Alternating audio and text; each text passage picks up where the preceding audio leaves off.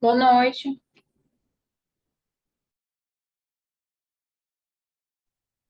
Oi, Thalia, boa noite, tudo bem?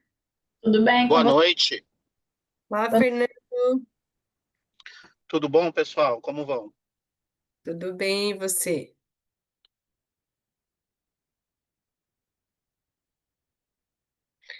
Thalia, você tem o nome dos autores? Tem. Ah, tá. Pelo visto, só entrou o Fernando, né, Fernando?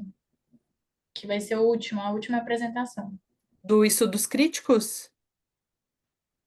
O título do trabalho dele É, é sobre a epistemologia do estudo de finanças na área da administração. tá. Então, esse é do Fernando aqui, para mim, tá na ordem como primeiro. Então, esse é o último, tá. Isso, do Fernando. Qual que é o primeiro? Poder, resistência e criação, conflitos ambientais, à luz de Foucault. É Hum, do Victor. Vitor, tá. Depois vem quem? Jéssica, trabalho sobre desenvolvimento de teorias de política pública.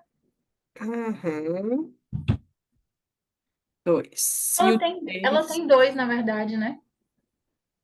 Na E o mesma. dela? Oi, Jéssica.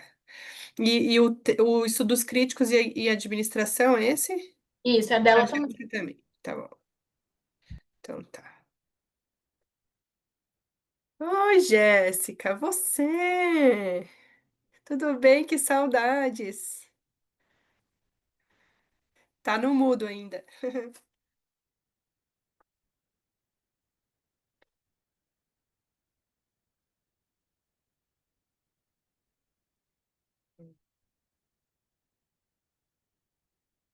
Acho que não tá funcionando ainda, Jéssica. Tá ouvindo, Thalia? Não estou ouvindo.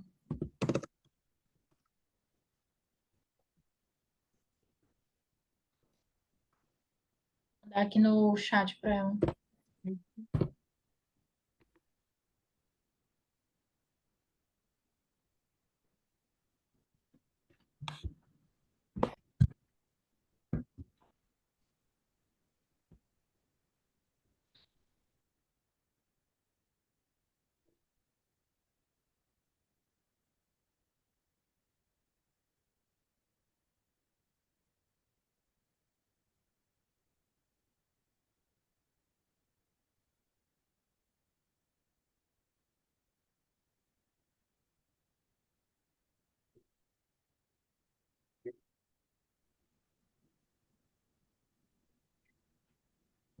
Vou pôr aqui no chat.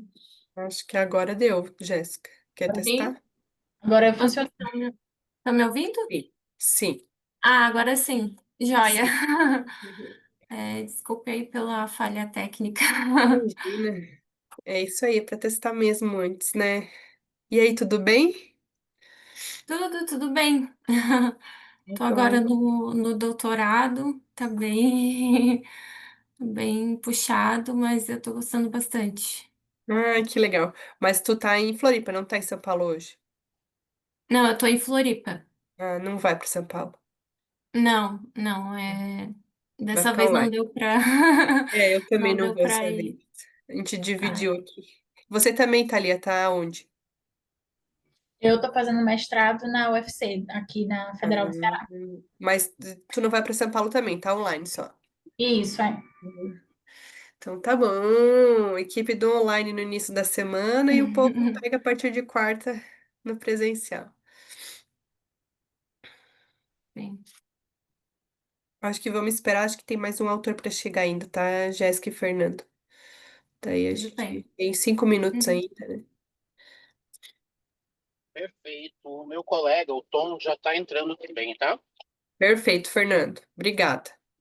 Inclusive, professora, assim, eu terei um compromisso logo por volta das 19, 19h30. Se fosse Tá. possível nos colocar um pouquinho à frente da programação, eu e o Tom, a gente Uhum. poderia apresentar de uma forma mais tranquila, tá? Só se for possível. Então a gente vai conversar com os outros autores, pode ser, Fernando? E aí a gente define junto, pode ser? Eu agradeço. Tá bom. Uhum.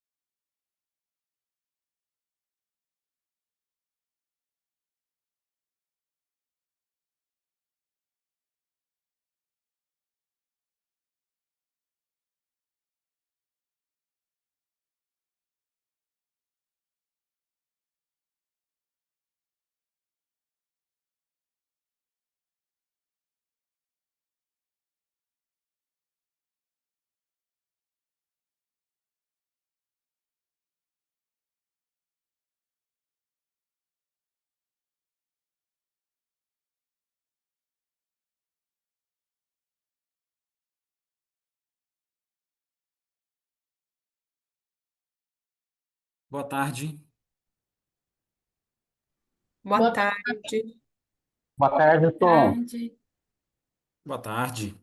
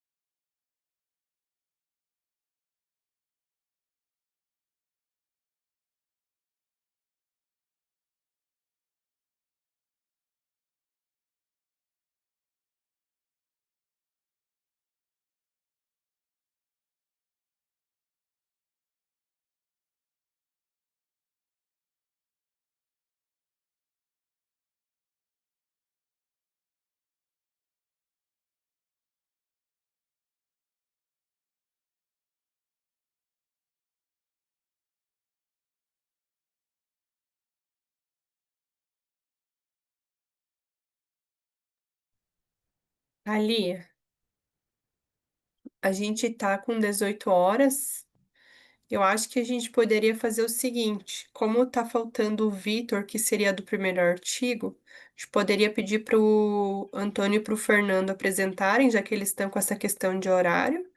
Aí a gente depois apresenta na sequência e pede pro quem vier do outro artigo apresentar no final. Pode ser? Combinado, pode ser. Então tá. Pode ser, Antônio e Fernando? Sim, pode ser. Então tá. Então eu vou dar início, né? Agradecer primeiramente, boa tarde a todos. Agradecer aí a submissão, né, de vocês ao tema de epistemologias e ontologias em estudos organizacionais. Eu sou uma das líderes junto com o professor Luiz Gustavo e professora Mariana. Uma alegria, né, ter vocês aqui no tema. Tô com a Thalia aqui, né, que é a minha parceira hoje aqui nessa moderação. Eu coloquei no chat, depois, se vocês puderem ao final avaliar a sessão, né? Tem um linkzinho lá que a gente deixou no chat, eu lembro ao final também. Nathalie acabou de colocar de novo. E então a gente vai organizar a sessão da seguinte maneira: são 4 trabalhos. O de vocês, da Jéssica tem 2, e a gente tem mais um quarto do Vitor, que deve chegar, né? Então a gente começa apresentando por vocês. A gente, vocês devem também ter recebido as orientações do SEMEAD, a ideia é que a gente faça a apresentação de cada trabalho em torno de 15 minutos, né? Para a gente depois poder conversar sobre os trabalhos e fazer um debate aqui. Então, aí, quando tiver faltando 2 minutos, né, Thalia, a gente dá uma mensagenzinha no chat para vocês. Então, eu peço que vocês fiquem atentos, né, só para a gente ajudar a controlar o tempo, que daí eu acho que fica mais tranquilo de fazer assim. Pode ser? Sim? Vitor, bem-vindo. Olá, boa tarde, tudo bem? Tudo Obrigado, bem? Tudo bem? Natália. Bem-vindo. A gente vai começar então as apresentações dos trabalhos, tá, Vitor? Vamos começar pelo José Antônio e pelo Fernando. Com o trabalho intitulado Uma reflexão a partir da bibliometria sobre a epistemologia nos estudos de finanças na área de administração. Então, vocês têm 15 minutos, né, para fazer as colocações de vocês, e, e em seguida a gente vai conversando com os outros autores e os outros trabalhos, tá bem? Então, fiquem à vontade, estejam em casa. Natália, eu vou só te pedir uma orientação de. Sim, Eu, pois eu quase não não? uso o Zoom, eu uso mais o Tá Teams. bom. É só para eu Uhum. subir o arquivo aqui, eu clico aqui em Share, é isso? Share. Uhum. No share. Share, tá. Uhum. Aí você deve conseguir escolher no seu computador o arquivo. Veja se Ah, você. sim, ok. Uhum. Isso, tá carregando. Isso, tá bom, eu Agora a vou gente consegue colocar te ver. aqui. Isso, perfeito. Eu já posso colocar na apresentação de slides, certo? Pode, por favor. Isso, Isso apareceu? mesmo. Apareceu. Agora tá bem certinho. Então tá bom, então 15 minutos, né? Vamos lá. Isso, fique à vontade. Você mesmo já falou o título do trabalho, não vou repetir para ganhar tempo, tá? Mas eu quero agradecer a todos vocês, o pessoal do SEMEAD, e dizer que eu estou muito feliz em estar aqui, né, submeter esse artigo. Nós recebemos, né, as avaliações e no final eu vou falar um pouquinho do que nós achamos, tá bom? Bom, a gente trouxe aqui um pouco da contextualização. é, O que acontece? Como é que nós pensamos no primeiro momento em fazer o artigo? A gente sempre, o Fernando e um colega nosso, eles são especialistas em finanças. Eles têm na ideia deles o seguinte, que o campo de finanças ele é voltado muito para uma epistemologia positivista, mas que era uma oportunidade de a gente fazer uma busca, né? Fazer uma pesquisa, como que estava essa questão de finanças? Ela está mesmo sendo bem positivista ou está caminhando, né, para outras abordagens epistemológicas? Então, a gente quis entender um pouco mais, porque nós temos alguns desafios contemporâneos, né, e crescentes preocupações sociais, principalmente mudanças climáticas, sustentabilidade e assim por diante. E questões, né, éticas, inclusivas, né, e de questões aí que eu já falei, globais, voltadas aí para diversas questões de sociedade. Nosso objetivo, então, né, é a partir dos trabalhos publicados na Web of Science, na temática de finanças, na área de administração, entender essas questões epistemológicas. E as escolhas metodológicas têm sido inseridas ao longo do tempo. E nosso problema de pesquisa, então, é como a epistemologia tem sido abordada nos estudos de finanças no campo da administração, com base nas publicações indexadas na base de dados Web of Science. Nosso referencial teórico ele traz principalmente a questão aí da epistemologia na administração do Serva, né, onde ele faz um estudo desde o começo das primeiras abordagens em 1970 sobre epistemologia e traz para a gente diversos, né, como surgiu isso, quais são os autores que surgiu, como está essa dinâmica, esse crescimento. O outro também, né, é a questão aí das mudanças de paradigmas do avanço científico de Kahn e, né, a teoria do campo científico de Bourdieu. Coleta de dados, né, procedimento metodológico. A gente acessou a Web of Science, né, que eu acho que todos nós já conhecemos, e nós fizemos uma busca utilizando o critério onde as palavras-chave que a gente escolheu foi epistemology, né, epistemologia,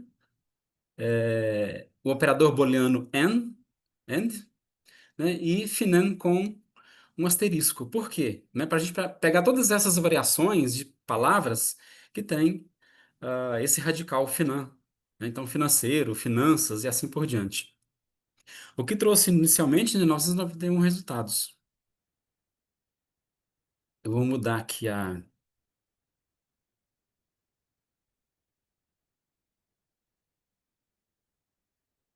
Bom, depois, né, a gente. Desculpa, deixa eu voltar aqui um pouquinho. Isso, 991 resultados. A gente começou a fazer alguns filtros e a gente chegou a 101 191 resultados. E depois a gente estabeleceu alguns, né, algumas bases, algumas áreas dentro de finanças, que são essas: Management, Business Finance, e depois o campo Education, Educational Research, Sociology, Environmental Studies.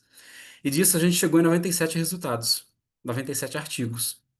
Então a gente fez a organização dos dados numa planilha de Excel, né, onde a gente catalogou título, autor, periódico, palavra-chave, para a gente fazer uma leitura inicial do se tinha a ver, né, com a nossa proposta. A gente fez análise dos artigos a partir das ferramentas Bibliometrix VosWiller, e a gente conseguiu identificar alguns clusters que nós vamos apresentar daqui a pouco, na sequência. Então, né, nosso resultado de discussão, essa sessão, a gente vai trazer um pouco aqui de alguns gráficos, né, do Bibliometrix. Aqui nós temos a primeira visão geral, né, vamos dizer assim, a primeira imagem, que é a visão geral das publicações. Nesse círculo vermelho, a gente tem aí 97 artigos, uma taxa de crescimento anual de 8,16%. Embora a gente analisou o campo de finanças, ele cresce numa taxa aí de cerca de 60%. Esse tema pesquisado, ele cresceu 8,16%. Mas a gente acha ainda o quê? É um número bom, ele é positivo, então ele é bom, né? Apesar de que nós vamos ver um pouco mais na frente que autores que têm elaborado artigos com epistemologia, eles não são exclusivos dessa área. Eles são de outras áreas que vêm buscar, né, alguma pesquisa nessa área de epistemologia. Nós temos ainda aqui referências, 6.434 referências, né? Uma taxa de média aí de documentos de 6,47. E o que que a gente tira daqui? A gente consegue ver aqui que ele é um, uma área, epistemologia é uma área em crescimento e, né, como eu disse, não tão forte quanto a área de finanças em estricto senso, mas a gente entende que é uma área de preocupação. Ela tem sido uma área de preocupação tanto por conta da taxa de crescimento, né, quanto por esses 196 autores. E um ponto importante aqui é que 37 autores, eles trabalham sozinhos. Então tem uma grande aqui, vamos dizer assim, né, colaboração entre esses profissionais para estudar esse tema. Aqui a gente trouxe aqui os periódicos mais importantes, né? Então, esse primeiro, ele tem 3 publicações e os outros 8 aí tem 2 publicações. Então a gente percebe nesse momento que existe o quê? É muito disperso e esparso as publicações.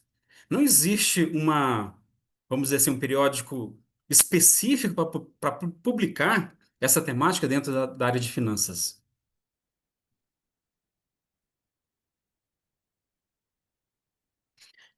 Isso é uma análise de Bradford, ele fala o seguinte, né? Bem parecido com aquele 80-20, né? Mas não é, é parecido, mas não é. Ele fala que a concentração de artigos mais relevantes, mais importantes, está dentro dessa área achurada, dessa área cinza. Então são poucos os periódicos mais influentes, mais importantes nessa temática. Aqui a gente trouxe os autores mais importantes, né, que o Rutherford é um deles, e tem alguns outros aí com 2 artigos. E eu vou falar isso lá na frente, mas vou adiantar um pouquinho aqui. O Rutherford, ele é bem importante, né, nessa área nessa temática, epistemologia, mas isso não é a ocupação principal dele. Ele é uma pessoa lá de finanças, financeiro mesmo, né, e de contabilidade.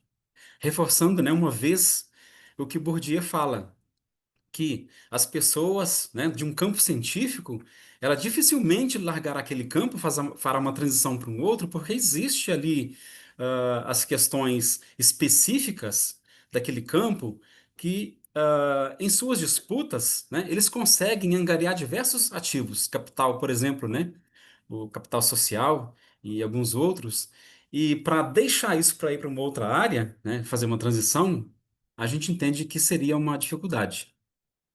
Não seria relevante, né, para ele fazer isso nesse momento. Então, ele tem diversos trabalhos, mas ao longo desse tempo que a gente apresentou aqui, mas ele só tem 3 trabalhos apresentados com essa temática. Aqui são os autores mais citados, não traz tanta informação para a gente nesse momento.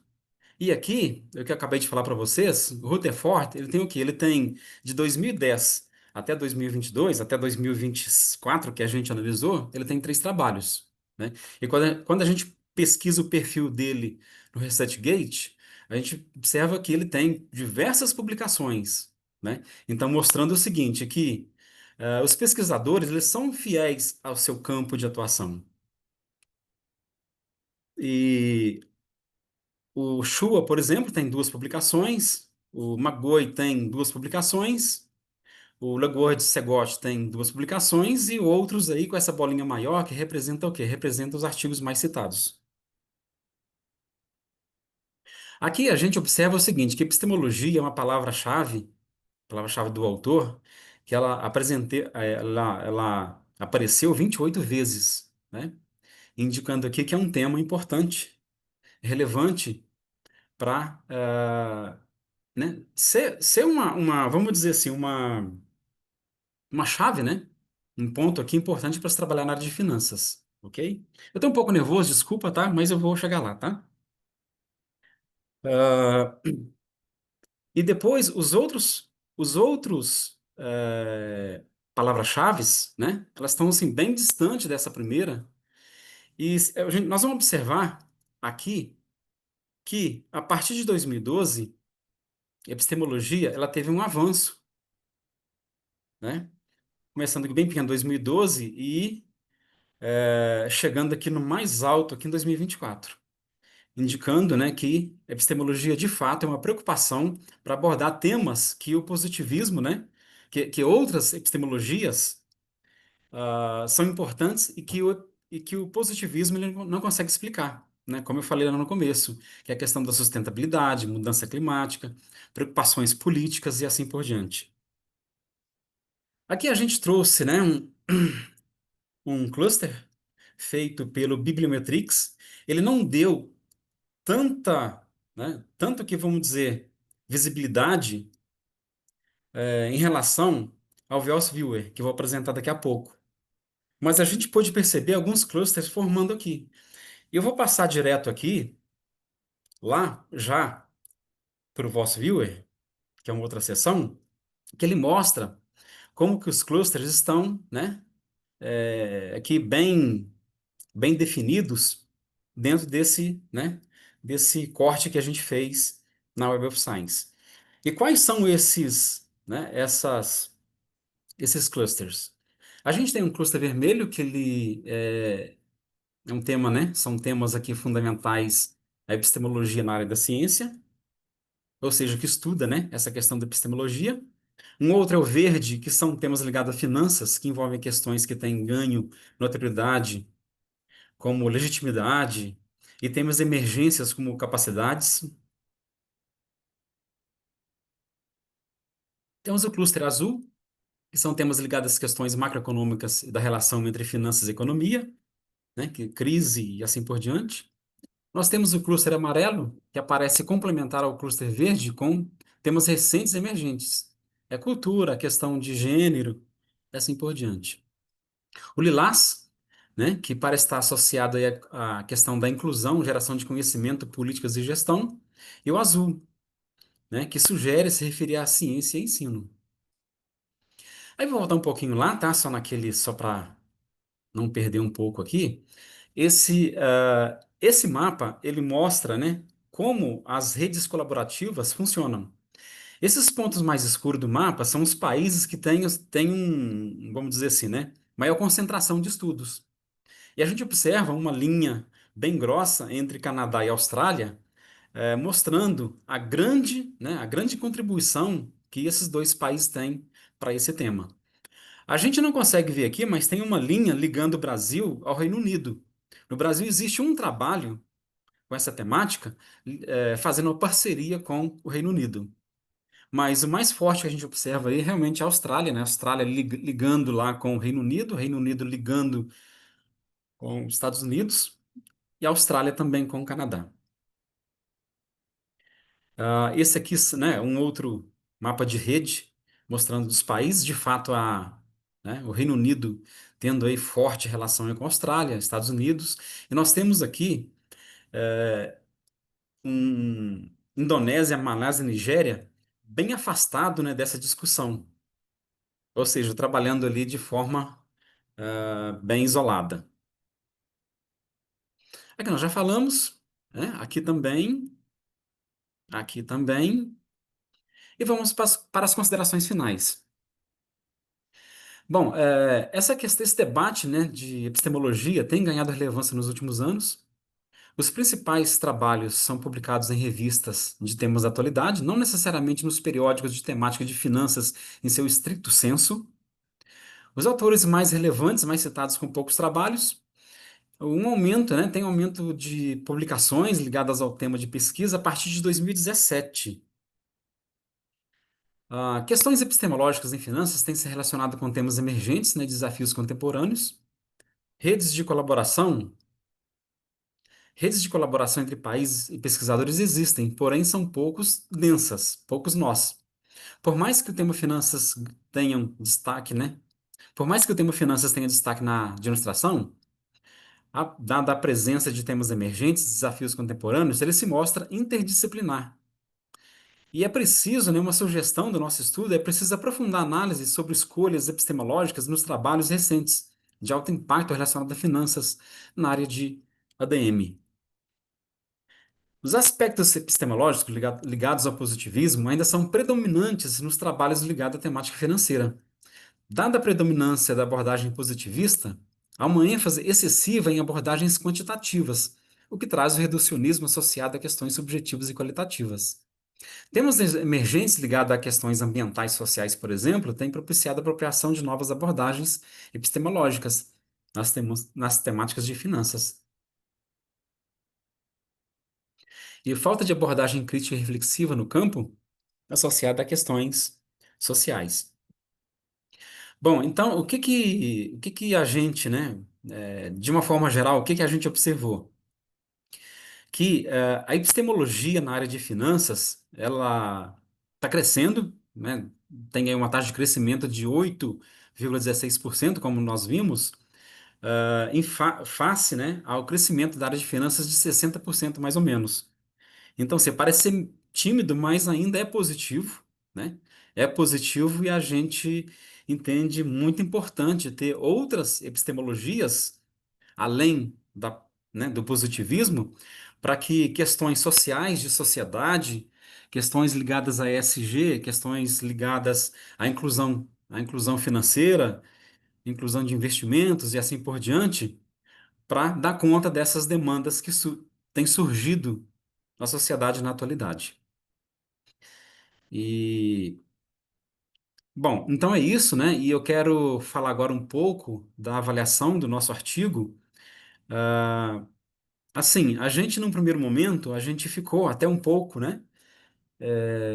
Pensando se a gente ia submeter ou não, mas a gente sempre tem que submeter, independente, né, do que a gente pensa, mas a gente quer deixar registrado aqui que toda a indicação dos avaliadores, tudo aquilo que os avaliadores nos trouxe foi de muita importância para a gente dar um direcionamento do nosso artigo para uma publicação. A gente já fez reunião entre nós, já definimos, né, alguns pontos para trabalhar. Tem muito que ser trabalhado, com certeza, mas a gente não faria isso se fosse, né, se não fosse análise crítica de avaliadores. Então, quero agradecer, né, e dizer que foi de muita valia, foi muito importante para nós e a gente está, né, trabalhando para poder buscar uma revista, né, para a gente publicar. E muito obrigado a vocês. Obrigada, Antônio, obrigada mesmo pela apresentação, né? Parabéns pelo trabalho. Thalia, eu vou pedir para te dar uma controlada aí, uns 5 minutinhos para mim. Vou fazer uma pequena devolutiva para a gente problematizar algumas coisas, né? Aí a gente parte para os Tá? outros trabalhos, pode ser? Combinado, eu Ok? aviso aqui no final. Obrigada. Obrigada, né? Acho que é muito interessante, né? A abordagem, né, que vocês trazem, essa perspectiva de tentar trabalhar. Fico feliz que as avaliações estão aí motivando vocês a olharem para o trabalho, para a publicação, né? Acho que é sempre essa a intenção da gente quando faz os comentários, né? Para ajudar realmente os autores a continuarem pensando, né? Sobre o trabalho que estão apresentando. Eu acho que é muito legal ouvir essa devolutiva, né? Então, além disso, queria então parabenizar, né, por essa escolha. E de fato, né, quando a gente começa a pensar em finanças, quando eu estava lendo o trabalho de vocês, né, acho que toda vez que a gente se depara com novos desafios, a gente começa a pensar nos processos de produção de conhecimento que estão associados à possibilidade de resolver esses enigmas, né, que a ciência se coloca. Então, acho que essa talvez seja um indicativo, né, uma conclusão que vocês podem explorar no trabalho, né, que talvez, porque a epistemologia, o que que a epistemologia de fato vai se preocupar na nossa área, né? Com a tentativa de compreender como é que são esses processos de produção de conhecimento, como é que a gente produz, por que que a gente produz, que respostas a gente dá, né? E vocês problematizam aí, né, que talvez novas questões provoquem os pesquisadores a pensarem em novas formas de produzir conhecimento sobre isso, né? E eu acho que essa é uma grande conclusão, essa é uma grande questão que vocês podem continuar aí, talvez até trazendo ela como um argumento mais central já desde a introdução, né? Desde da colocação do argumento de pesquisa de vocês, né? Uma outra provocação que eu gostaria de fazer é, de repente, tentar olhar. Peço perdão, tá, gente? Eu tô numa gripe terrível aqui, então minha voz tá um pouco ruim e eu tô meio pigarreando, tá? Então me desculpem por essa falha de vez em quando. Acho que uma outra questão que eu fiquei, pensando, né, é que se você for ver, né, vocês problematizaram um pouco que há um mainstream de produção de conhecimento que vai por um viés mais positivista, associado aos métodos experimentais, aos métodos quantitativos, né? Só que daí vocês colocam o surgimento de algumas novas temáticas, e quando a gente vai ver, de certa forma, lá nos gráficos de vocês aparece uma dimensão que é a dimensão pragmatista, né? Que é talvez uma irmã aí, né, contemporânea dos dilemas do positivismo, né, que ela também vai se preocupar com a possibilidade da utilidade, a possibilidade de como é que a gente pode, de fato, tirar, né, todo esse conhecimento do papel para resolver problema. Então, talvez fosse legal dar uma olhada nesses artigos e aprofundar que viés epistemológico, de fato, tá vindo nesses artigos, porque talvez, né, dado que os problemas não encontrem essas soluções, a gente está indo para outras epistemologias de ordem mais instrumental também, né? E acho que isso talvez não revele uma grande ruptura, mas revele uma tradição que vai buscar alguns métodos também mais próximos dessa possibilidade. Mais voltada, né, para uma questão de tentar buscar aspectos que ainda se configurem, né, dentro dessa problemática objetiva que está se colocando no campo, né? Eu acho que isso é bastante interessante. Outro ponto que eu gostaria de provocar também é que quando vocês falam, por exemplo, né, a gente nota que os autores eles não trabalham só com isso, né? Eles começam a trabalhar com isso, mas mantêm a sua publicação original dentro de uma temática específica, porque de fato epistemologia, a gente dentro da nossa área, a gente não vai encontrar um epistemólogo, né? A gente vai encontrar um financista, um administrador pensando sobre os problemas da administração. Então, isso eu acho que é bastante característico. Então, talvez não seja essa migração de campo, mas é pessoas preocupadas em responder, né? De pesquisas de impacto social, que são muito mais características e que também podem ser questões que podem provocar, né, vocês aí a pensarem sobre isso, né? Então, eu acho que talvez as grandes questões que eu provocaria vocês a pensarem é essa significância, né, desses números que vocês colocaram. Acho que um próximo passo para desenvolvimento desse trabalho seria tentar entender esses significados. O que que esses aspectos colocam? Vocês veem que também as produções elas não estão tão centralizadas nos países mais característicos do mainstream, né? Ainda que a gente não possa dizer que tem uma caracterização do sul global, mas a gente tem em países não tão centralizados como Estados Unidos e Europa lá, né? A gente está vendo em outros países e isso também pode ser significativo a respeito dos tipos de impactos que as mudanças globais, como vocês mesmos apontaram, pode estar tendo dentro daqueles contextos, né? Então, acho que essas são questões interessantes também para serem discutidas, né? E apontadas aí na significação dos dados. Mas demais, assim, né? Eu teria só a parabenizar e incentivá-los a continuar pensando. É muito interessante que a gente veja em epistemologia que a gente quase não vê o pessoal de finanças, né, vindo para cá. Eu fiquei muito feliz de ver que vocês estão pensando nessa produção de conhecimento, que eu acho que é uma sinalização muito significativa para a nossa área, que tem cada vez mais tentado entender esses processos e aprofundar, né, a nossa possibilidade de produzir pesquisas de mais impacto, de mais resolutividade, né, em relação a tantas coisas que estão aí colocadas, né? Mas acho que é isso. Se você quiser fazer algum contraponto, né, por favor, fique à vontade. Tom, Natália, te agradeço. se Não vou você fazer me contraponto permite, porque eu estou aqui para aprender, né? Imagina. A gente está aprendendo e a nossa vida de, né, de doutorando e professor é sempre aprender mais. E te agradeço muito, eu anotei os pontos aqui, te agradeço muito e pode ter certeza que em algum momento você vai ver esse artigo publicado em alguma revista, tá Fico bom? muito feliz. Se eu te achar no LinkedIn, alguma coisa assim, eu te Por mando lá favor. onde nós, tá? Onde nós publicamos. Te agradeço Sim. muito, de coração mesmo, de Sim. peito aberto, te agradeço por essa contribuição que você nos traz. A gente que agradece. Eu acho que o Fernando queria colocar alguma coisa. É isso, Fernando? Não? Não. Então, acho que é isso. A gente vai. Eu vou tentar manter um tempinho para a gente conversar ainda no final, né? Não vou me ater tanto, né, a muitas coisas, para a gente reservar um tempinho no final para a gente poder conversar entre nós, tá? Agora. Jéssica, tu tem dois trabalhos. Eu vou, acho que fazer uma coisa para não ficar tão junto tudo, né? Vamos fazer uma coisa, vou pedir para você apresentar um deles primeiro, daí depois o Vitor apresenta o dele, e depois você apresenta um ao final, para não misturar tantas ideias, né? Para o autor também é ruim, né? Ficar o tempo inteiro falando pode ser, Thalia, pode ser assim? Por mim, tudo bem. Tá. Você quer apresentar primeiro qual deles, Jéssica? É o desenvolvimento de teorias de Tá. política pública. Pode ser, que é na nossa sequência, então. Por favor, 15 minutos, daí a Thalia vai botar no chat quando faltar dois, né? Daí a gente vai fazendo essa mesma dinâmica que a gente fez agora, tá bom? Tudo bem. Fica com você, então. Jéssica, você quer usar a apresentação ou não vai precisar?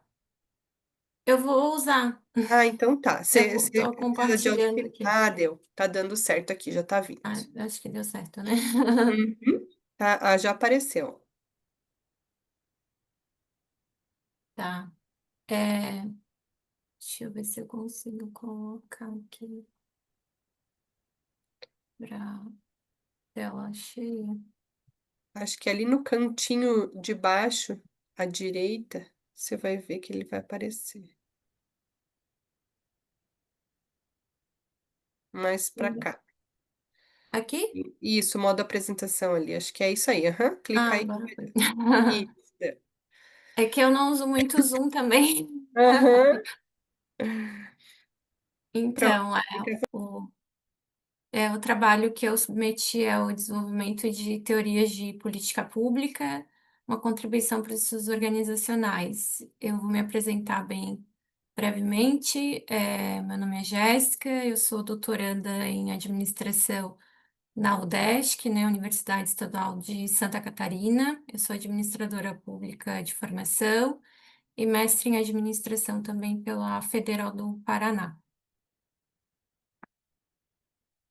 Então, o objetivo desse trabalho foi argumentar, né, a importância do desenvolvimento de teorias dentro do campo de política pública e como esse desenvolvimento ele pode contribuir dentro dos estudos organizacionais, né, que são áreas de conhecimentos distintas, mas que têm pontos e questões que também se conversam, né?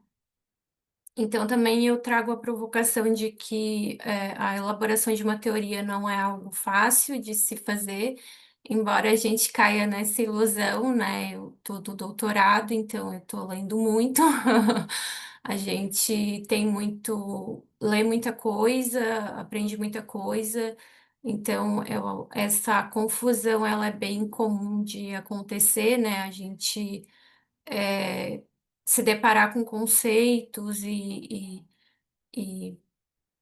pressupostos e ter essa visão um pouco, né, equivocada do que é de fato você construir, o que é elaborar uma teoria de fato e o que é uma contribuição teórica, né? Então, o trabalho ele também vem nesse intuito para essa reflexão e uma provocação também. E aí eu também trago aí um texto que é seminal para quem é da área de política pública, que é do o Arnold Laswell, que é o pai, digamos assim, da política pública enquanto entendimento de policy, public policy, no entendimento de diretriz, né, se distinguindo dos demais conceitos de política pública. E aí eu trago também o texto original dele, que foi publicado no início dos anos 80, e também um texto mais recente do Heidmann, onde ele faz uma tradução, né, ele revisita esse texto, trazendo aí para o contexto atual, em que esse artigo é bem interessante porque é uma conversa, né, assim, então é interessante porque traz essa perspectiva do Heidmann do atual, né, dentro da administração pública, assim, principalmente, e esse texto seminal do Laswell. E eu também trago também o Guerreiro Ramos, o qual, ao fazer o resgate da literatura, fez muito sentido e é provocativo, e é um texto também atual, e os conceitos do Guerreiro Ramos são sempre muito provocativos, principalmente com relação ao reducionismo sociológico, né?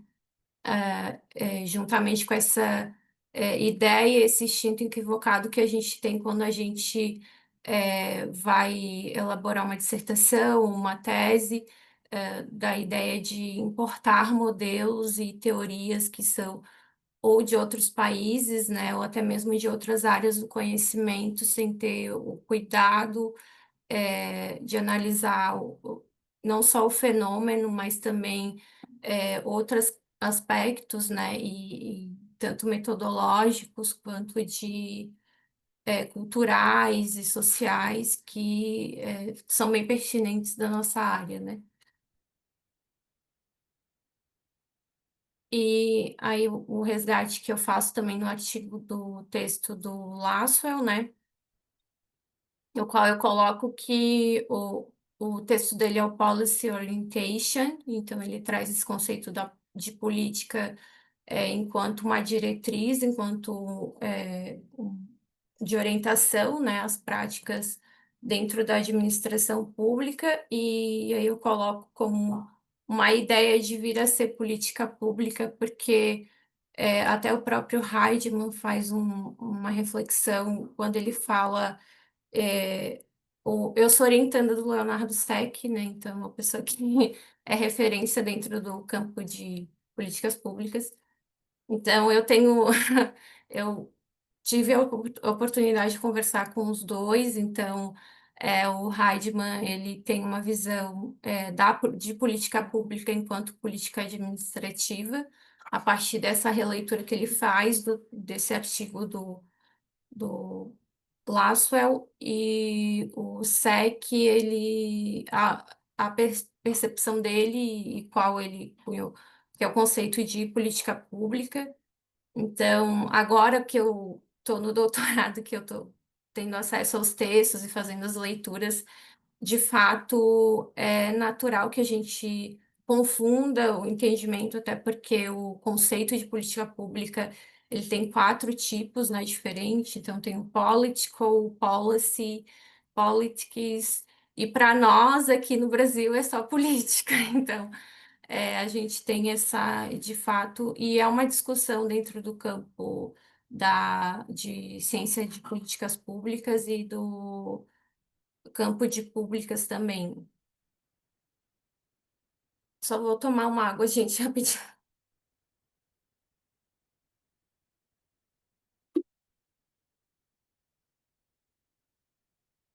Aí eu também trago no artigo é, esse entendimento de política pública, né? Trago o ciclo da política pública, olhando aí as etapas que constituem esse processo de implementação, desde a identificação do problema, né? O que é um problema público, a formação da agenda, a elaboração das alternativas, a tomada de decisão, a implementação, a avaliação até a extinção da política pública, né? A literatura dentro do campo de políticas públicas, ela não se limita ao processo chamado tanto de processo quanto de ciclo, né? Então, não se limita a essas 7 etapas. É possível encontrar 5 etapas, mas é uma perspectiva processual do que seja política pública, né? E ela, enquanto diretriz, e a elaboração dela, tanto a partir do Estado, de instituições do Estado, para a resolução de problemas considerados públicos pela coletividade, né, pela sociedade, quanto visões multicêntricas em que a política ela pode ser elaborada pela sociedade civil e por outras instituições que não necessariamente estadocêntricas. E aí, as considerações finais a partir desse ensaio, né, dessa provocação para essa reflexão, principalmente a partir do Guerreiro Ramos, que ele é muito estudado dentro de estudos organizacionais, né, principalmente aqui no Brasil. Então, e principalmente de onde eu me formei. Então, revisitar os textos dele, olhando hoje dentro do meu processo do doutorado, tem sido muito interessante, tem me ajudado muito, assim, tanto é o resultado desse ensaio e também resgatar esses textos seminais dentro do campo de ciência das políticas públicas, né? E ver também como, dentro do ciclo e do processo de política pública, a gente estuda os atores. Então, a política pública, ela não se distancia, né? Olhando estudos organizacionais, quando a gente fala de outros tipos de organizações e instituições. Então, ele não se separa. Então, a minha ideia foi lançar essa provocação, né? E que também esse processo ele também tem uma base em decisões políticas, né? Então são arenas de decisão política. Então esse eu acredito que é isso.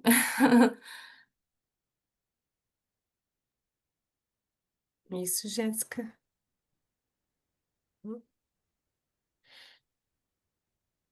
Deixa eu parar a apresentação aqui. Uhum.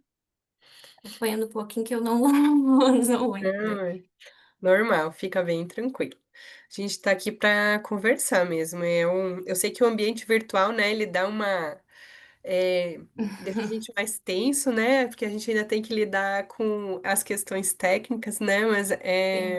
a gente tá Uhum. aqui para debater, conversar e tentar achar aí pontos comuns, né? Então, ali eu vou te pedir de novo para controlar meu tempo, né? Jéssica, parabéns, né? Fico tão feliz. A Jéssica foi minha aluna no mestrado, então sempre que eu encontro as pessoas, né, desenvolvendo seus estudos, assim, é uma realização, né? Vocês são professores, quem é, né? Sabe que a gente fica muito feliz de poder ver as pessoas avançando aí, então é uma alegria encontrar cada um de vocês, né? A Jéssica em particular, que já passou por aqui. Eu sou professora da Universidade Federal do Paraná, acho que não me apresentei, assim, em termos institucionais no começo, né? Trabalho aqui também com epistemologia, teoria das organizações, essa é a minha área, então os temas que vocês estão tratando são temas bastante caros para mim, assim, são aqueles que me motivam a continuar pesquisando, né? Fico bem alegre de poder estar debatendo. Então, Jéssica, parabéns pelo trabalho, né? Gostei bastante de ler.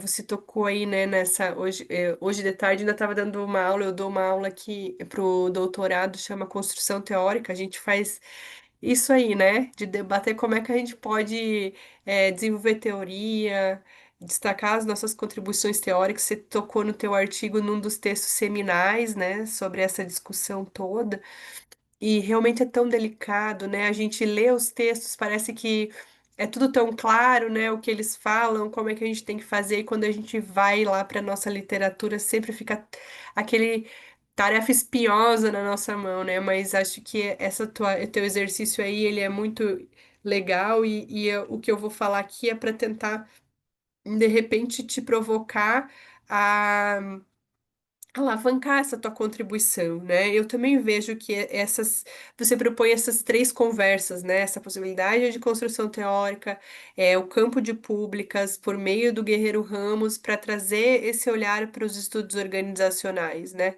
Então, acho que se eu pudesse dar um olhar pelo teu trabalho, sabe o que que eu acho que de repente ia fazer toda a diferença é trabalhar um pouco melhor a narrativa, trazer um argumento lá para o começo, né? Porque as tuas revisões elas estão muito claras, a tua motivação parece clara, mas eu acho que falta um argumento de dizer assim, para pegar a gente como leitor e dizer, mas por que que a Jéssica quer trazer essas contribuições do campo de públicas para dentro dos estudos organizacionais, né? E lá no final tu fala assim, puxa, as organizações são arenas de decisões políticas, né? E lá nas organizações a gente está o tempo inteiro brigando porque a gente está sempre colocando as decisões políticas dentro de uma caixa preta, né? A gente não consegue olhar para isso de uma forma tão clara. Então, o que que acontece? Eu acho que quando de começar assim de partida de dizer assim, olha, né, o campo das organizações sempre desenvolveu seus estudos a partir de uma razão instrumental. Se a gente começar a trazer a razão do público, a racionalidade da ação pública para olhar as organizações e para olhar as organizações como arenas de ação política, talvez a gente tenha contribuições interessantes para fazer. E aí eu acho que você começa a conversar melhor com tudo isso que tu traz, sabe? E até para a gente não fazer exatamente o que o Guerreiro Ramos critica, né? Que é importar um conceito de um campo para outro sem fazer esse diálogo, né? De entender por que que a gente está fazendo. E aí eu acho que isso vai ser bem legal. E só que tem uma outra coisa que eu fiquei pensando quando eu fiquei lendo o trabalho de todos vocês na sessão, né? Porque de certa forma todo mundo toca aqui de alguma maneira nos Grand Challenges, né? Nos nossos grandes desafios e que eles estão tentando a gente está tentando sempre teorizar sobre isso, né? E aí você, além de tudo isso, vem e diz assim, as organizações sempre foram muito autocentradas, né? A gente está sempre olhando para a ética do lucro, a ética da produção, né? Mesmo as organizações que não são organizações produtivas pegam os modelos de gestão baseado na razão instrumental para fazer a sua gestão. Por que que, se a gente tem problemas coletivos, né, a gente não deveria pensar em olhar para uma outra racionalidade para resolver esses problemas? Será que as organizações não poderiam olhar para esses outros campos? E aí eu acho que tu ganharia bastante, sabe, Jéssica, em termos de argumento dentro do ensaio, para poder fazer as tuas contribuições, assim, né? Porque eu ainda senti elas um pouco tímidas nesse sentido. Acho que se desenvolve bem essa parte teórica, mas esse teu argumento ele fica sutil. Bem, eu não estou inventando, né? Eu falei, vamos pegar o teu argumento e trazer ele para desenvolver todo o teu percurso. E eu acho que isso ficaria bem legal e traria uma possibilidade da gente dialogar entre esses dois campos, né? Guerreiro Ramos nunca foi um cara só de business, né? Ele sempre estava articulando ali dentro de pública. Então, trazer de novo essa racionalidade substantiva que o Guerreiro Ramos traz, que questiona a razão instrumental, né? Para dizer que a gente tem que trabalhar esses problemas a partir de uma outra razão, né? Eu acho que isso vai ficar super legal para o teu ensaio, assim, não sei se faz sentido, né? Mas quando eu li, eu achei que pudesse ser uma coisa legal. Não, eu super agradeço as tuas contribuições, né? Professora Natália, é sempre um aprendizado muito grande. Eu até Imagina. comento que as tuas provocações são sempre muito pertinentes, assim, de fato, e são coisas que, quando a gente está escrevendo, e agora, como eu estou no processo do doutorado, então é muita leitura, então são coisas que a gente demora um pouco para parar e refletir, se questionar sobre, né? Então, a gente Sim. está tão imerso que quem está de fora e tem esse olhar e consegue ter essa visão, é, daí é possível fazer esses questionamentos, né? São Uhum. coisas que, de fato, depois que eu escrevi o ensaio, eu pensei assim, nossa, aí me veio um estalo para um capítulo da tese que eu ainda estou escrevendo. Então já me deu um estalo assim e foi muito bom assim, né? Quando a gente escreve, daí a gente vê e aí a gente volta. E eu acho que esse tem um grande papel dos seminários, dos congressos, eu acho que é esse a principal finalidade, por isso que eu me interessa muito quando eu participo, eu sempre busco estar participando, submetendo trabalhos, porque essa troca é essencial, assim. Que bom. Obrigada mais uma vez, né? E daí a gente volta daqui a pouco. Agora eu vou passar então para o Vitor. Pode ser, Vitor? Para apresentar o Pode ser. trabalho, né? Poder, resistência e criação, conflitos ambientais à luz de Foucault, Deleuze e Guattari, né? Super também provocativo. Vitor, fica à vontade. A gente está fazendo então essa dinâmica, né? 15 minutos para fazer a exposição. Aí a Thalia põe os 2 minutinhos faltantes lá no chat. Depois a gente vai conversando, tudo bem? Perfeito, combinado. Fica à vontade. Bom, boa noite a todos, né? Então, meu nome é Vitor, né? Eu sou doutorando do CPAD, da Universidade Federal de Minas Gerais. Agradeço a oportunidade de estar aqui, né, apresentando esse. Eu vou dizer que é o ensaio do ensaio, né? Na verdade, ele é fruto de uma atividade proposta pela professora Ana Paula na disciplina de filosofia. Eu estou no segundo semestre aí do doutorado. Sou mestre em sustentabilidade, minha graduação em administração, mas o mestrado eu fiz no IFPR, no campus de Umuarama. Então, assim, como uma atividade da disciplina, né, que a professora Ana Paula propôs, enfim, eu acabei escrevendo. Eu acredito que talvez acredito não, sem dúvida alguma, tem muita coisa aqui a ser aprimorada, a ser melhorado. e desde já ficou aí muito aberto para poder acolher as sugestões de todos e todas que de repente queiram contribuir aí com esse percurso. E depois dessa escrita, né, fazendo a disciplina do Carriere agora nesse outro semestre, eu acho que a gente pega e vai relendo e você vai vendo assim, caramba, quanta coisa vai mudando, né? A gente vai desconstruindo um monte de coisa que talvez está construída, enfim, esse processo de aprendizado é muito dinâmico, né? E a gente vai aprimorando cada dia. Mas, enfim, vamos lá aquilo que a gente trabalhou, né, propôs, e depois a gente fica aberto aí para sugestões. Então, né, o trabalho ele tem como título aí Poder, Resistência e Criação, né, os conflitos ambientais à luz de Foucault, Deleuze e Guattari.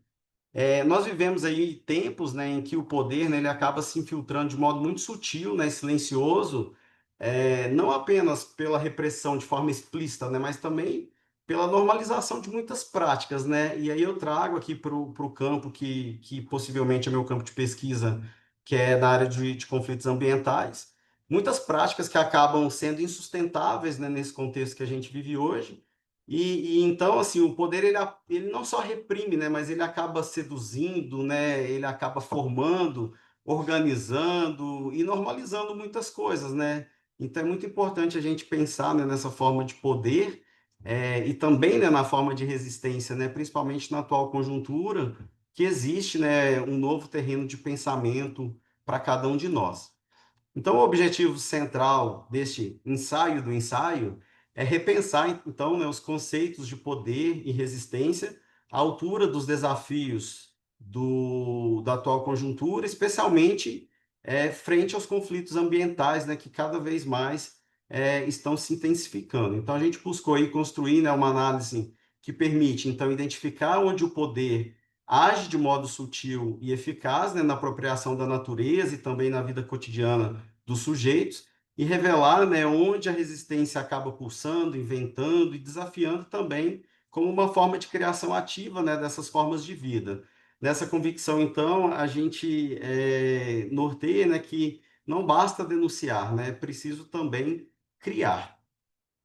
O poder, né, segundo Foucault, né, ele vai tratar aí sobre a questão da microfísica, né? Para ele o poder é essa microfísica, ele não é uma substância que se possui, nem uma estrutura estática exercida de cima, né? Pelo contrário, ele acaba sendo aí uma rede de relações, uma estratégia incessante, né, que se exerce nos microgestos, nos discursos, né, que acabam se organizando e que acaba sendo muitas vezes normalizados, né, no cotidiano das pessoas. Então esse poder ele não vem, né, de cima, ele não vem de fora, na verdade ele acaba permeando, atravessando aí todos os sujeitos, né? Quando a gente traz isso, né, para o contexto ambiental, né, ele acaba sendo traduzido, por exemplo, na normalização do consumo excessivo, né, na naturalização de projetos extrativistas, né, principalmente aqui na região de Minas Gerais, a gente tem inúmeras situações e escuta-se até dizer, né, que a mineração ela é um mal necessário, né, que a gente precisa disso, de repente, para sobreviver, né? Então, esse poder hegemônico acaba normalizando e naturalizando muitas coisas no nosso cotidiano. E aí o Foucault, né, ele vai falar sobre essa questão da produção de sujeitos, né, que o poder ele é fundamentalmente produtivo, né, ele vai seduzir, ele vai organizar, vai moldar cada um dos sujeitos, né, e ele forma então esse sujeito que é consumidor, esse sujeito que entende que a extração de minérios, enfim, que os impactos que isso gera acaba sendo inclusive necessário, né, a gente teve aí essa semana que passou 10 anos ali, né, daquele crime ambiental em Mariana. Eu tive a oportunidade de estar com o nosso grupo de pesquisa lá nessa mesma data, né, em que estava, então, muitas pessoas ainda resistindo e que não tiveram ainda nem sequer nenhuma reparação, e a gente vai vendo que para outros sujeitos, não, Mariana acabou sendo um passado, né, mas e para aquelas pessoas que estão ali, né, como que elas acabam, então, assim, reinventando uma forma, resistindo naquela forma, reinventando o modo de sobrevivência depois de uma catástrofe, de um crime, como foi aquele, né? Eu até, aqui, até abrindo parênteses, né? Na verdade, não faz parte, mas só para partilhar mesmo, a gente andando, né, no momento das manifestações, e aí eu falando com o pessoal, falei, vocês estão percebendo que, na verdade, a gente está andando em cima do rejeito? Porque, olha só, o prédio que está ali, a porta já está só dessa altura, a gente tem que entrar agachado. Esse rejeito foi pintado, foi asfaltado, tá como se agora fosse um novo cenário, mas na verdade a gente está sobre a lama está aqui, ela não saiu. Então, assim, como que as pessoas, né, acabam normalizando, naturalizando um contexto desse, e até mesmo, né, políticos, né, gestores, trazendo esse discurso que a mineração acaba sendo um mal necessário, né? Quantas vidas precisam ainda, depois de Mariana a gente teve o episódio de Brumadinho, qual será o próximo local, né? Fica aí essa incógnita, mas que a gente precisa refletir muito da forma como as pessoas estão se relacionando também, né, com a natureza, né? Então, esse poder, né, que acaba moldando o sujeito, né, produtor dessa questão, em que vai naturalizar tudo isso, né? Os instrumentos, na verdade, da gestão ambiental, muitas vezes utilizados pelo poder público, né, como licenciamentos, termos de ajuste de conduta, exatamente para criar esses mecanismos, né, e essa forma do poder permear, né, na sociedade de forma geral. E aí a gente traz também aí a resistência, né, que o Foucault vai falar, né, resistência para ele não é uma oposição externa, né, mas uma dimensão imanente ao próprio poder, né. O diagnóstico é onde há poder, há resistência, né, os sujeitos vão resistir a determinado poder da forma que ele acaba surgindo nesse contexto social. E essa resistência ela se manifesta de maneira difusa, né, dispersa no cotidiano, nos modos, né, como as pessoas acabam vivendo e pensando também em relação a esse poder, né? E nos conflitos ambientais isso acaba se traduzindo em múltiplos pontos, né, ou focos, talvez de subversão, de resistência, né, ocupação de terras, várias maneiras, ou até mesmo, né, a gente pode falar de contexto de conflitos ambientais, de manejo, né, tradicional, simples ato, né, das pessoas cultivarem produtos diferentes desse que está posto para a sociedade, né, o modelo do agronegócio, da monocultura, é uma forma, né, de resistir a esse poder que muitas vezes já está aí tratado, né, de forma hegemônica. E aí a gente traz também aí Deleuze e Guattari, né, como uma resistência como criação, né? A resistência ela se torna então uma força criativa e uma potência afirmativa, né? Resistir então não é fugir, não é uma fuga, né, da realidade, pelo contrário, é provocar, né, criar uma tensão, né, nesse espaço, né, para romper com essas formas fixas e os modos de vidas que muitas vezes acabam sendo impostos e acaba sendo também um ato de coragem, né, que implica traçar linhas de fuga, se reinventar dentro desse mundo que está sendo posto de forma hegemônica, né? Então, a resistência ela rompe com essa lógica binária, né, e abre um espaço, né, para o devir. E aí a gente tem assim exemplos de linhas de fuga, né, que são as práticas agroecológicas, a permacultura, a habitação sustentável, né, os saberes, né, tradicionais, de modos de produção, de vida. E aí a gente tem aí que resistir, na verdade, é dizer sim àquilo que ainda não foi inventado. E aí trazemos aí as implicações e um convite à ação criativa, né? A luta política hoje, ela se desloca para os territórios do cotidiano, né? Dos afetos e dos modos de consumir.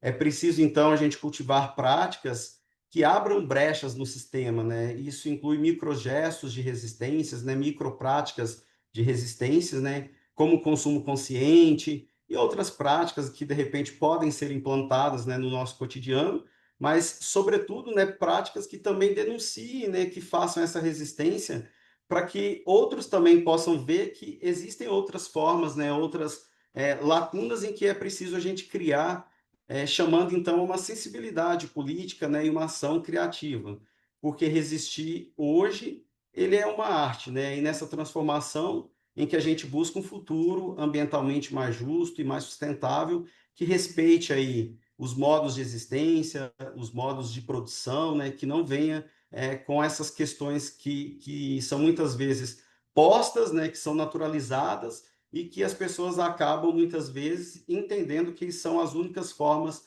produtivas, outras formas de vivência.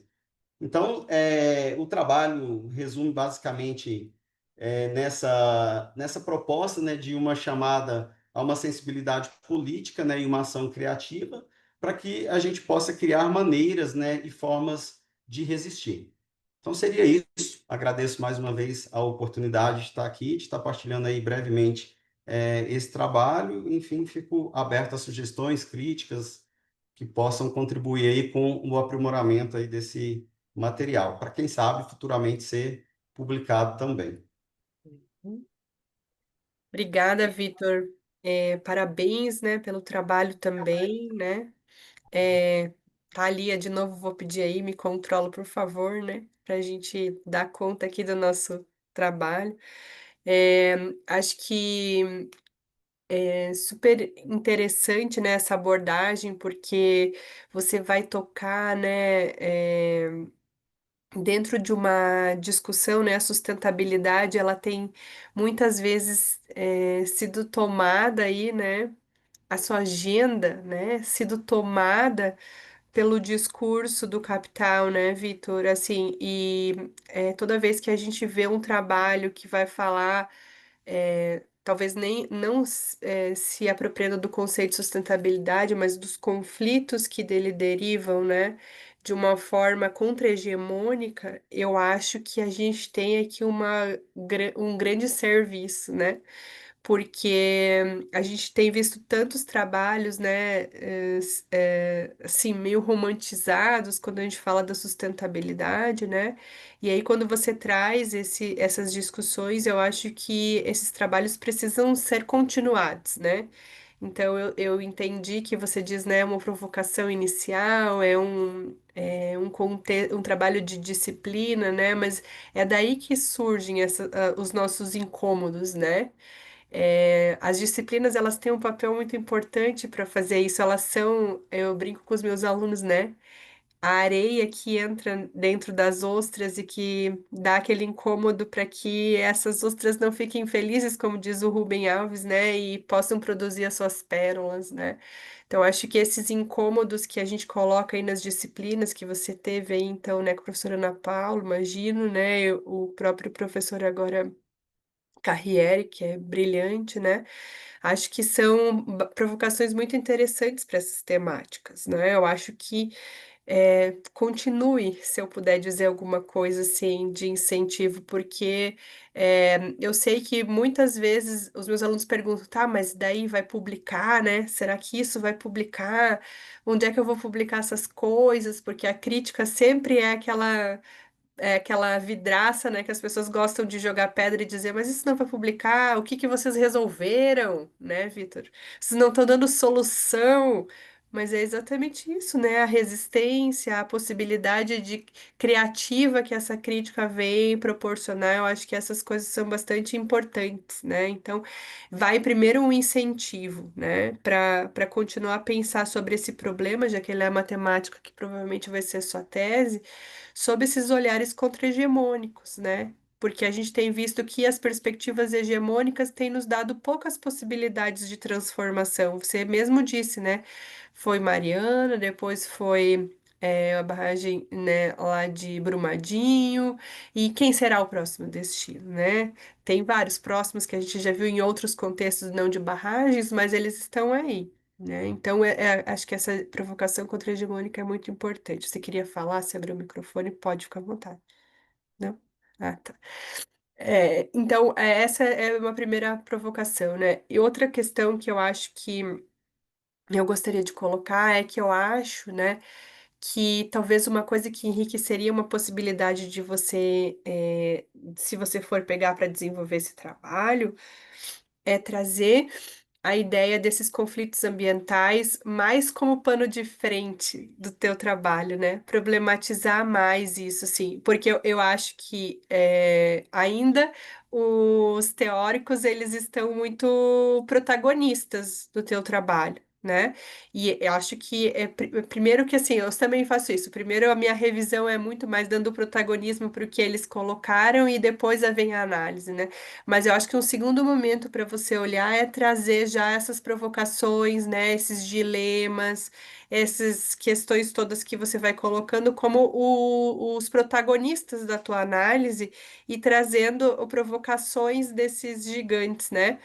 Porque teve uma vez, eu tinha um aluno que gostava muito também do Bourdieu, né? E eu sempre falava para ele assim, "Ô, mas Bourdieu não viveu, né? Essas tragédias tão asseveradas que a gente está vivendo, né? Daí eu brincava com ele e falava assim, Então, como que tu tem que prestar uma homenagem pro Bourdieu? Um dia ele falou pra mim, tem que erguer uma estátua. Eu falei, não, não é erguer uma estátua, é continuar provocando o Bourdieu a pensar, né? Então, olhar e desafiar essas ideias a partir dessas questões todas que se colocam e que foram radicalizadas à medida que eles já denunciaram em algum momento, e mesmo diante de tanta denúncia, tanta produção, há uma radicalização das consequências dessas estruturas hegemônicas e dessas questões de poder, né, que provocam e é, normalizam, né, a nossa vivência, docilizam nossos corpos, né, Vitor?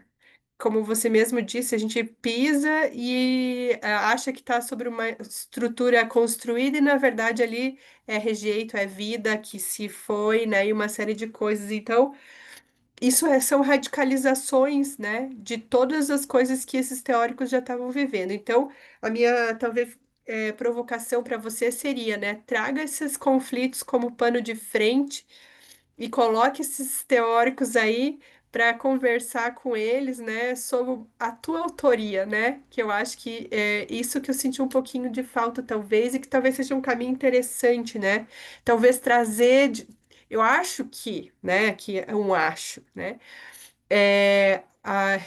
os 10 anos de Mariana podem ser um grande mote para provocar essa discussão, né? Tem dado, tem uma série de coisas que podem ajudar você a talvez trazer uma materialidade para esses conflitos ambientais que pode ser interessante para o teu trabalho.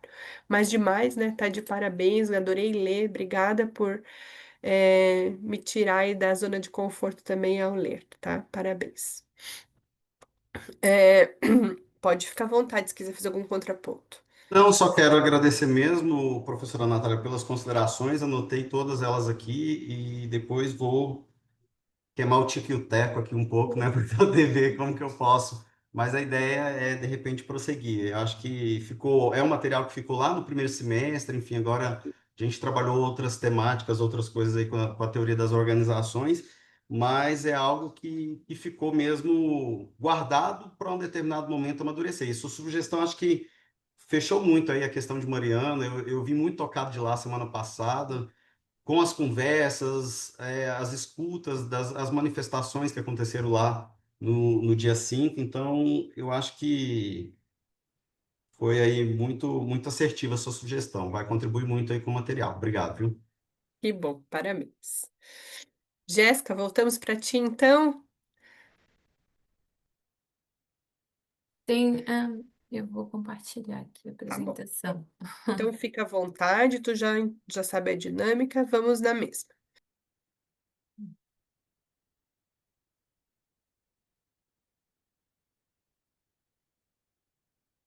Então, o segundo trabalho é o Estudos Críticos e Administração, né? Uma revisão sob a lente da epistemologia crítica do concreto.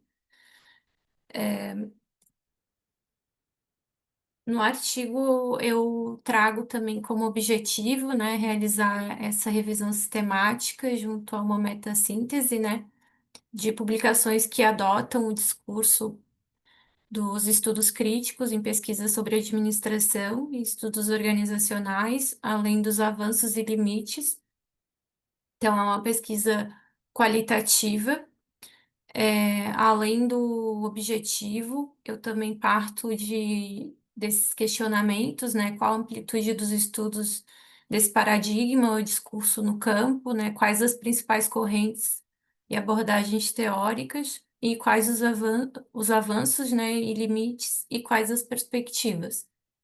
O recorte feito foi dos últimos 5 anos, então, para filtrar os estudos mais recentes e ter um panorama melhor da agenda atual, né, de estudos e pesquisas, foi feita a filtragem, a partir dessa filtragem, né, e seleção, 10 artigos científicos foram analisados. Também o principal resultado, né, foi o conceito de crítica. Então, nesse artigo, ele foi escrever também para mim foi uma provocação também para mim, enquanto, como de novo eu trago esse processo do doutorado, né? Então, que ela vai além de questionar, né, aquilo que está estabelecido, é um ato de análise, né, detalhada do processo de produção e um avanço de conhecimento, né, principalmente científico. Então, eu resgato os principais conceitos e abordagens dos estudos críticos, até chegar na ontologia e epistemologia crítica do concreto, que norteou, né, boa parte dessa revisão enquanto lente e perspectiva. E também eu trago a análise do conteúdo, né, das publicações e as principais considerações, né, ao final do trabalho. Então, eu faço esse resgate dos principais pressupostos da Escola de Frankfurt, né, que é a base e é onde surge os estudos críticos, a teoria crítica, né, dentro dos estudos organizacionais, as perspectivas críticas, até a gente chegar hoje na ontologia e epistemologia crítica do concreto, que é uma proposição do professor Faria, né, uma referência no país dentro de estudos críticos em estudos organizacionais.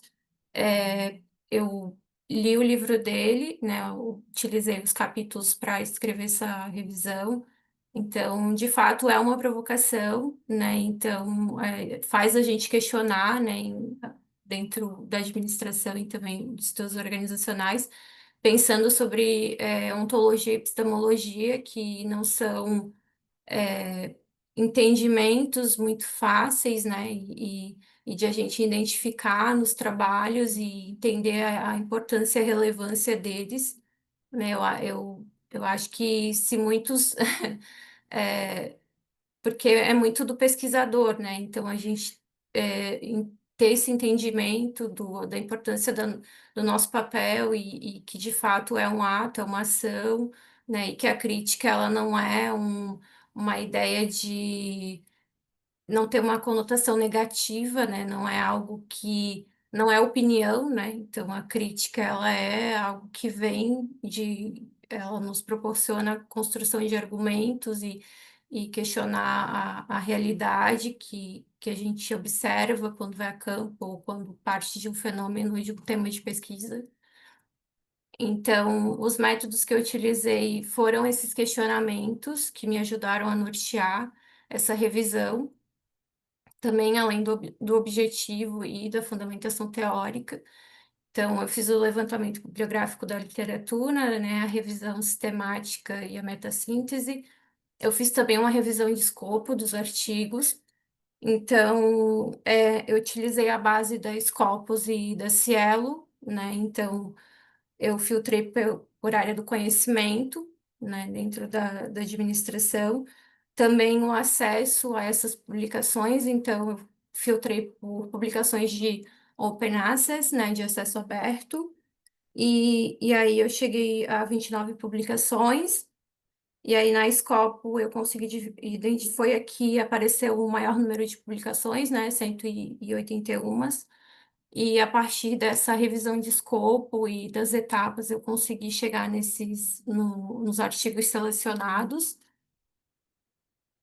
Além disso, na Scopus a gente consegue fazer uma análise da origem dos periódicos, né, de quais revistas eles vêm, quais os países. Então, eu identifiquei uma predominância de periódicos brasileiros. Então, olhando dentro dos estudos organizacionais e os estudos críticos e administração, então demonstra um protagonismo, né, dentro do olhando o nosso território. Então, todos os trabalhos eles abordam ou provocam, né, a questão do papel da crítica, né? Então, eles trazem de diferentes perspectivas e fazem as análises, né, as pesquisas em administrações organizacionais. Cada pesquisador, ele, né, dentro das pesquisas, eles propõem revelar, né, que a epistemologia segue um processo sistemático para a produção do conhecimento científico, né? E aí eles justificam a partir dos argumentos de cada tema e objetivo de cada trabalho, né? E as análises feitas. Então, a principal consideração que eu chego, né, e o resultado dessa revisão é o que é a crítica, né, o que é, né, a gente fazer não só uma reflexão crítica, né, mas entender o que é a crítica, principalmente nós como pesquisadores, né, então ela vai muito além de banca, de análise, né, então ela parte desde do problema de pesquisa, das questões que vão surgindo ao longo do percurso e da trajetória, tanto no mestrado, doutorado, né, nós enquanto pesquisadores. Então, o conceito que o Faria traz de ato epistemológico, achei fascinante. Eu acho que é a grande ruptura e provocação para nós, né, que essa ideia, né, da apresentação do real como concreto se torna possível com a identificação do, do que é a primazia do real, né, e uma condição essencial do processo de produção de conhecimento. Aí, a partir de uma visão ontológica, né, da relação ir e vir entre matéria e consciência, em que o conhecimento parte do objeto concreto. Então, é uma outra forma de pensar a produção de conhecimento, né? Além do que a gente está acostumado e a gente é treinado pela academia, pela universidade, pelas instituições a fazer, né? O nosso entendimento do que é ciência, do que é fazer ciência, do que é científico. Então, essa perspectiva nos ajuda muito a nos aproximar e considerar todos os aspectos complexos, né, que demais perspectivas epistemológicas não consideram, né?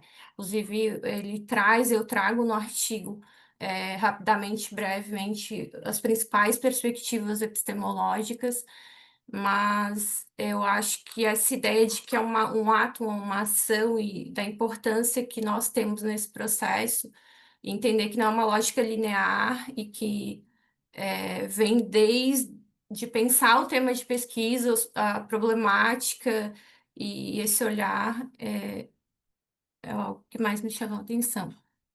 Acredito que é isso. Obrigada, Jéssica.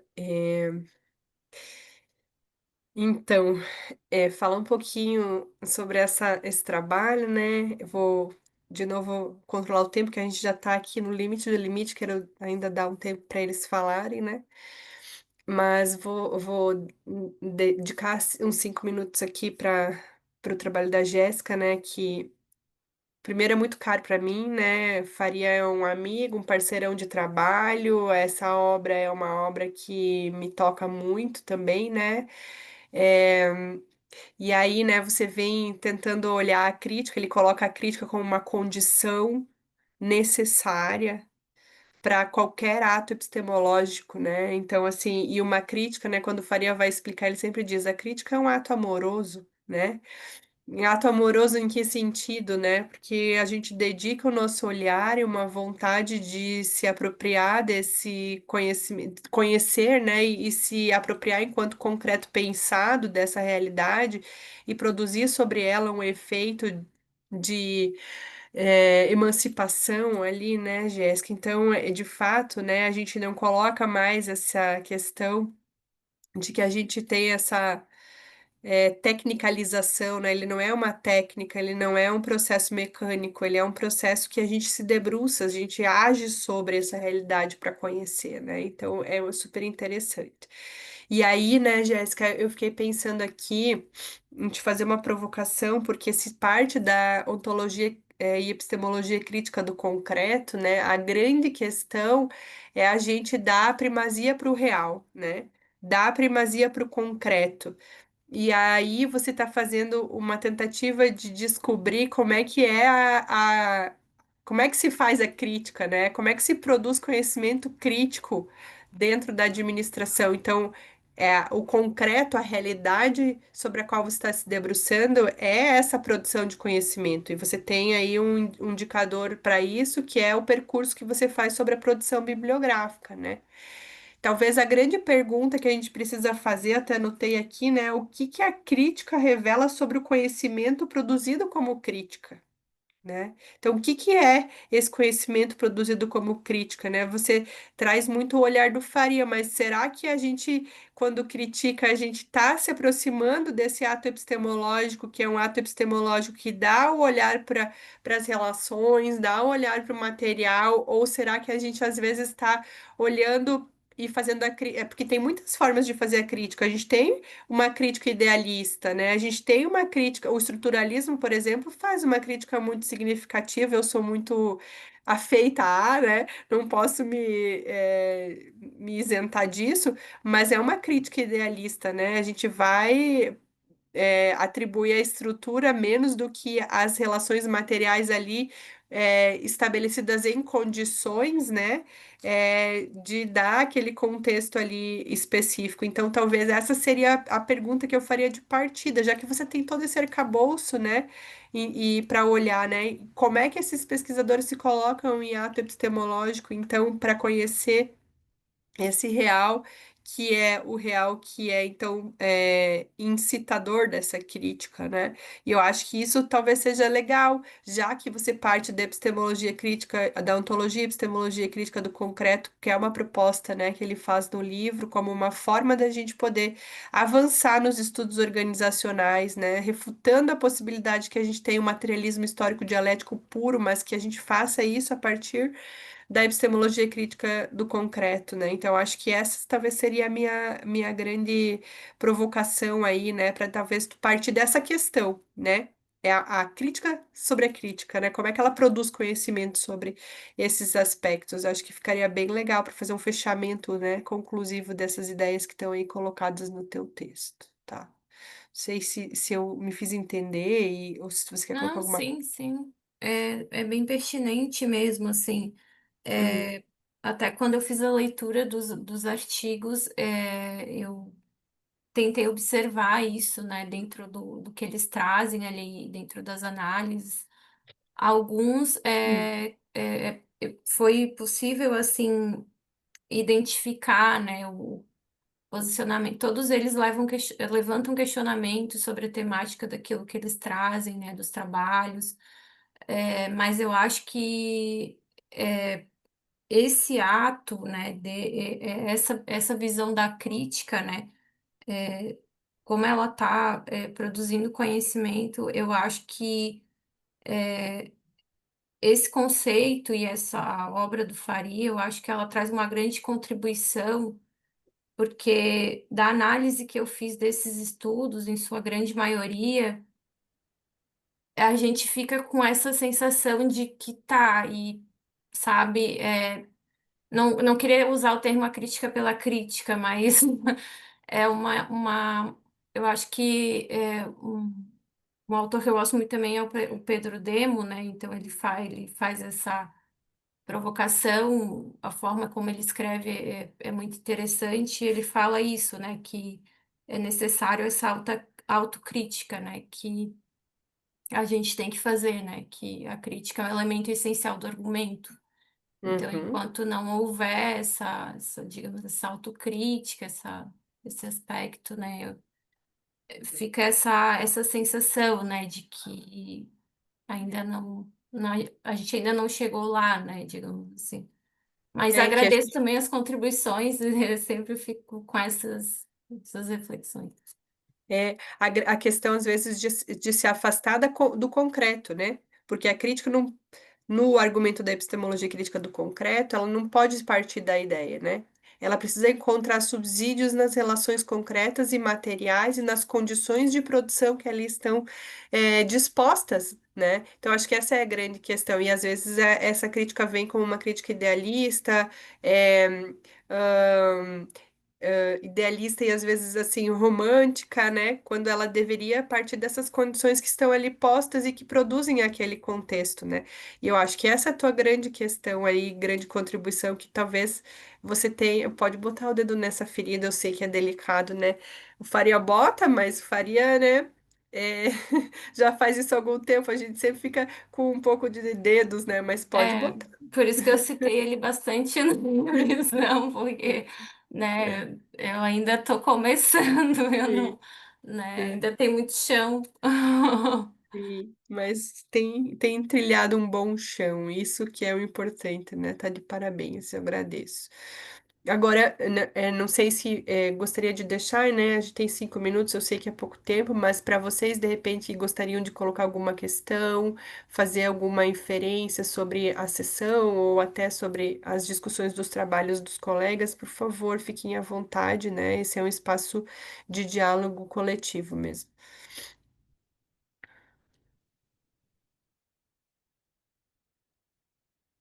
Doutora, eu só queria parabenizar os colegas aí pelos trabalhos, né, que também foram apresentados, né, achei muito interessante ali do José Antônio trazer nessa perspectiva aí da área das finanças, né, tão difícil, né, a gente, às vezes alguns colegas que a gente tem até no doutorado, né, mas que ficam um pouco relegados ali ao quantitativo, né, mas trazer essa perspectiva do qual eu achei muito interessante mesmo, viu? Parabéns. Espero que em breve esteja publicado aí, né, para reforçar um pouco mais essa questão de fugir um pouco dessa ciência tão positivista, né, mas valorizar aí também os demais saberes, né, enfim.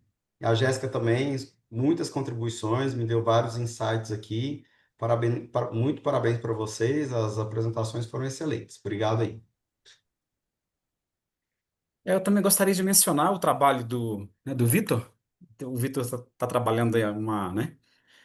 Tá vendo aí a questão da mineração, dos efeitos da mineração, e a minha tese de doutorado também vai ser em cima de, né, empreendimento mineiro. Eu vou analisar a transição energética da produção do lítio no Brasil, né, que é em Minas Gerais.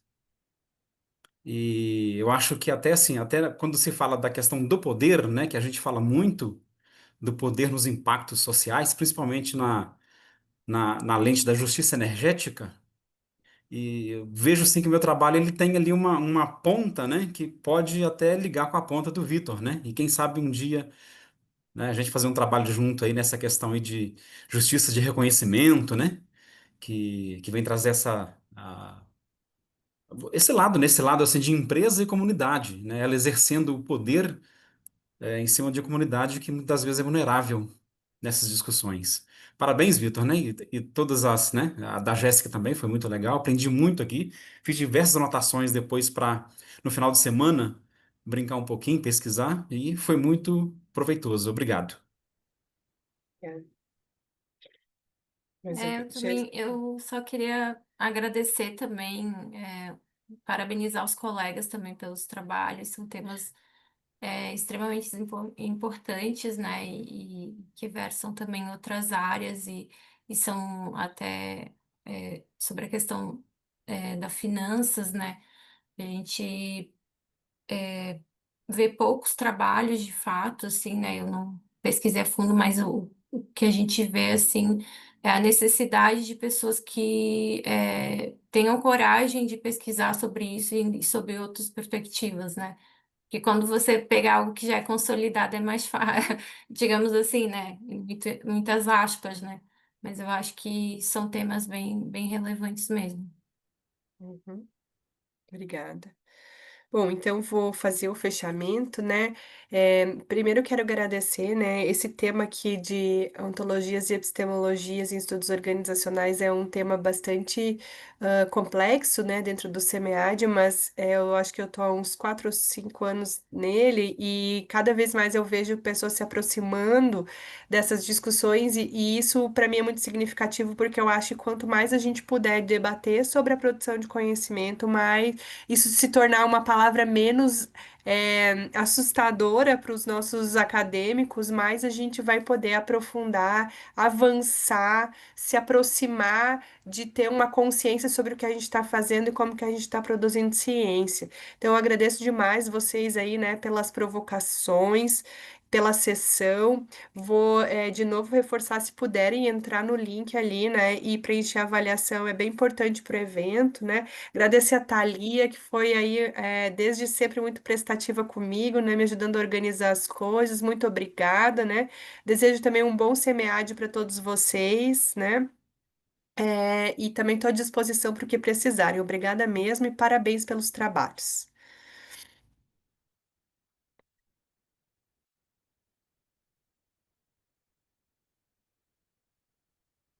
Thalia, eu acho que agora é só eles podem desconectar, né? Isso, só desconectar que a chamada vai encerrar.